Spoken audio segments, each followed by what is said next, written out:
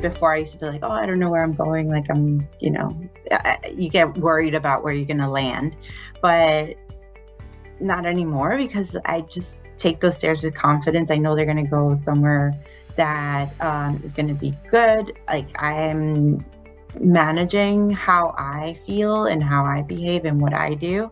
So the outcome, as long as I'm going up, it doesn't really matter. Where were you before you joined the program? So when I joined the program, I reached out to Lynne, and I was super stressed out. I really like being a product manager, but I just felt that with now I have 2 kids and with all the requirements from work and what was going on in the tech world, I just couldn't keep up. Like, I wasn't being a good mom, I wasn't being a great employee, and I wasn't doing these 2 things that I really love to do. And so I just felt like no matter how much effort I put into things, I wasn't moving forward, and I was just spiraling. So everything that was going on at work was just very, very stressful, and it built on top of issue over issue. And felt like I wasn't moving forward, and no matter what I did, I just couldn't take that next step. And so I was really, really frustrated and working all kinds of crazy hours and working weekends and not doing anything, especially for myself.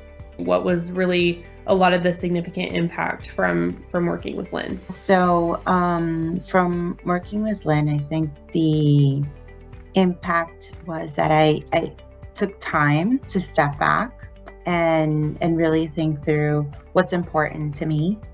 And then also using a lot of what she teaches to be able to just take control and put a different perspective on what's happening at work and in my life, and putting a different prioritization to everything that's going on, so that I could take control and make decisions exactly on where is my time worth being spent. And I was just like pretty much playing whack-a-mole at work.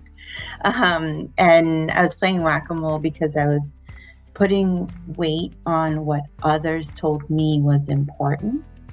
And while yes, that is important, I needed to also add what's important to me and what's worth me doing for work versus spending time with my family or spending time like eating lunch, So while I knew that stuff is important, it was difficult to implement in life without somebody telling you, like, use this framework, step back, or ask yourself the following questions. And I think the confidence comes from being able to feel like you have control over your decisions and you're being very purposeful with everything you do. And there's certain things you're not going to be able to do, but that's okay, because I decided that, and I've assessed what the impact is of me not participating in certain things or doing certain projects. So that's where the confidence comes from. And then also attending all the sessions allowed me to see others who were in the same situation as I was. I got to hear their experience and learn from it. And it just helped me change that perspective, really to like pause, step back, reassess, understand what's really important, what's not important, where is my energy best spent so that I can make the most progress with the very little time I have. I would love to know what your advice is, what you feel like you risked not doing it if you had made a different decision. I think the risk is if you don't take control of how you feel and what's in front of you and put that different perspective so that you can make decisions, you end up making emotional decisions. And this had happened to me before, where I was in a different role, felt like, I should have been promoted for this and it didn't happen, or, so-and-so got a project that I should have received or whatever. And you start playing these stories and you just spiral more and more. In that particular instance, I changed teams because that was the point. It was like, oh, it's this team, it's my manager, or it's this job. And I was kind of heading the same way in this new role. which is what made me realize maybe I need to figure out how to handle this versus just running away every time or just being upset at everybody around me when I show up to work and not doing the best job I can do or enjoying what I do.